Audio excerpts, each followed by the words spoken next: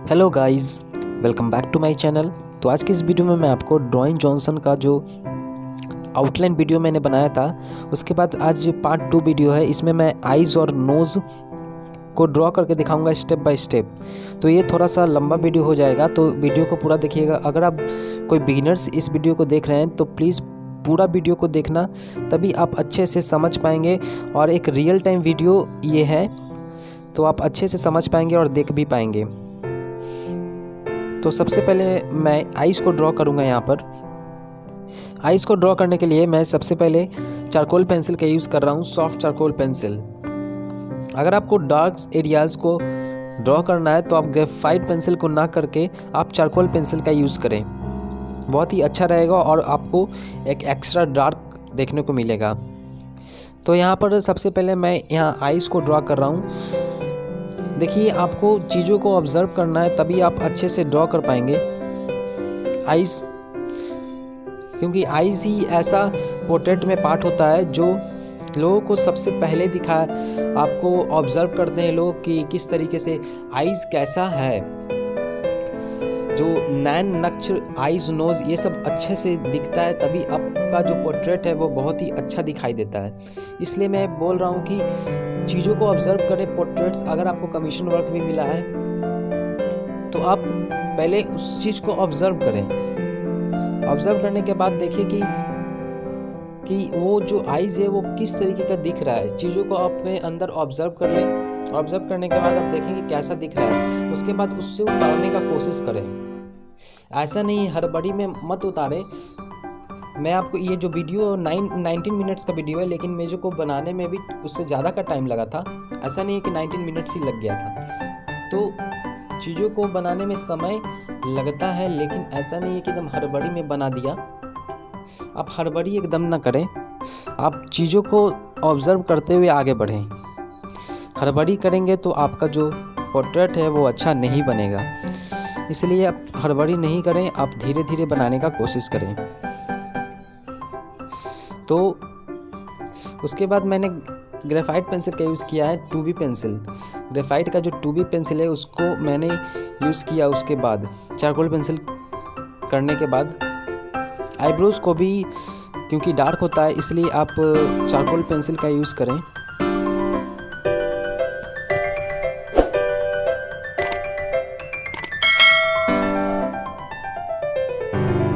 अब मैं जैसे जैसे बना रहा हूँ वैसे वैसे आपको ऑब्ज़र्व करना है। आपको देखना है कि मैं किस तरीके से अपने हैंड का जो मूवमेंट कर रहा हूँ, कैसे मैं अपने पेंसिल को पकड़ रहा हूँ, किस तरीके से मैं चीज़ों को बना रहा हूँ। तो आपको ऑब्ज़र्व करना है, तभी आप सीख पाएंगे। और ऐसा नहीं है फ्रेंड कि आप मेरा वीडियोस देखते हैं और सीख पाएंगे। आपको प्रैक्टिस करना होगा, हर चीज़ों पे आपको प्रैक्टिस करना होगा। आपको देखना होगा कि किस तरीके से मैं ड्रॉ कर रहा हूँ, उस चीज़ को अपने रियल लाइफ में उतारना होगा। आपको देखना होगा, करके देखना होगा, प्रैक्टिस करके देखना होगा, तभी आप अच्छे से ड्रॉ कर पाएंगे। अगर आप एकदम बिगिनर्स हैं तो आप पहले धीरे धीरे प्रैक्टिस करना स्टार्ट कीजिए, तभी आप अच्छे से ड्रॉ कर पाएंगे। हो जाएगा फ्रेंड, सबको स्टार्टिंग में होता है, नहीं बनता है, बहुत सारी गलतियां भी करते हैं हम लोग। लेकिन ऐसा नहीं है कि आपको नहीं ही बनेगा, आपको ज़रूर बनेगा और बहुत ही अच्छा लेवल का आप आर्टिस्ट भी बन सकते हैं। तो इसके लिए मैं कहना चाहता हूँ कि बस सिर्फ प्रैक्टिस कीजिए। इसमें सबसे ज़्यादा मेन फोकस है प्रैक्टिस। जितना आप पेंटिंग स्केचिंग बनाएंगे उतना ज़्यादा आपका जो पेंटिंग स्केचिंग पोर्ट्रेट्स सब इम्प्रूव होगा। तो इसलिए मैं प्रैक्टिस भी करता हूँ, साथ में मैं वीडियोस के लिए भी टाइम निकालता हूँ। Practice is very very very important, मैं बार बार बोल रहा हूँ। इसलिए प्रैक्टिस कीजिए, आप 100% भी आप अपना दे सकते हैं, ठीक है। तो बस आप जो मैं बना रहा हूँ उसको ऑब्ज़र्व कीजिए। अगर आप मेरे चैनल पे नए हैं, चैनल को सब्सक्राइब ज़रूर कर देना फ्रेंड, और वीडियो को एक लाइक ज़रूर कर देना। अगर आपको ये वीडियो अच्छा लगा और कुछ आपको फ़ायदा किया, आपको कुछ सीखने को मिला, तो एक लाइक ज़रूर कर देना और अपने दोस्तों में शेयर ज़रूर कर देना फ्रेंड। और ये लाल वाले बटन को ज़रूर दबा देना, किसी भी तरीके से लाल वाला बटन दब जाना चाहिए। और नोटिफिकेशन बेल को ऑन कर देना, जिससे मैं जो भी वीडियो अपलोड करूँगा सबसे पहले नोटिफिकेशन आपके पास पहुँच जाएगा। और अगर आप पेपर स्टम्प्स का यूज़ करते हैं तो पेपर स्टम्प्स का यूज़ नहीं करना चाहिए फ्रेंड। करना चाहिए, ऐसा बात नहीं है कि नहीं करना चाहिए, लेकिन मेरे हिसाब से मेरा ओपिनियन है कि आप ब्लेंडिंग ब्रश का यूज़ करें। ओके, ब्लेंडिंग ब्रश का यूज़ कर सकते हैं, नहीं तो टिश्यू पेपर का यूज़ कर सकते हैं। पेपर स्टम्प्स का यूज़ आप करते हैं तो ठीक है, लेकिन मैं रिकमेंड करता हूँ कि ब्लेंडिंग ब्रश का यूज़ करें। इससे क्या होता है फ्रेंड कि आपको जो पोर्ट्रेट का जो टेक्सचर है, स्मूथनेस है, वो काफ़ी अच्छा हो जाता है as compared to the blending stumps. तो मेरे पहले वाला वीडियोस का पोर्ट्रेट देखना और अब का देखना, आपको बहुत सारा अंतर दिखेगा। आप इसके अब 2-3 महीने पहले वाला वीडियोस को देख सकते हो और इसके बाद वाला और इधर वाला वीडियोस को देख सकते हो। आपका थोड़ा सा डिफरेंस लगेगा पोर्ट्रेट का जो टेक्सचर है उसका, स्किन का। तो इसमें क्या होता है फ्रेंड कि मैं भी पहले पेपर स्टम्प्स का यूज़ करता था, लेकिन अब पेपर स्टम्प्स का यूज़ मैं नहीं करता हूँ, अब ब्लेंडिंग ब्रश का यूज़ करता हूँ। इसलिए आप मार्केट से कोई भी सस्ता या अच्छा कोई भी ब्रश ले लें। मेकअप ब्रश भी ले सकते हैं, वो काफ़ी अच्छा होता है। तो मेकअप ब्रश ले लें और उससे ब्लेंड करें, काफ़ी अच्छा फ़ायदेमंद होगा और काफ़ी अच्छा रिजल्ट आएगा।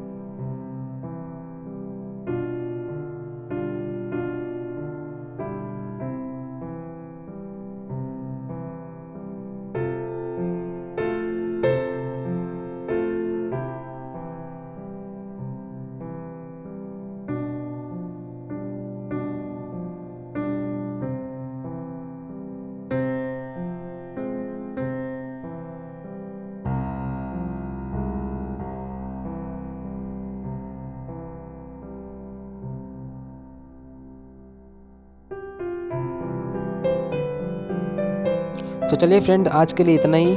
मैं जानता हूँ कि थोड़ा सा लंबा वीडियो था, मैं रियल टाइम वीडियो ही अपलोड किया हूँ। तो बस आज के लिए इतना ही। इसका जो नेक्स्ट पार्ट होगा वो मैं आपको पूरा फेस ड्रॉ करके दिखाऊंगा और लिप्स, तो उसका भी वीडियो आ जाएगा जल्द। So thank you for watching this video, bye.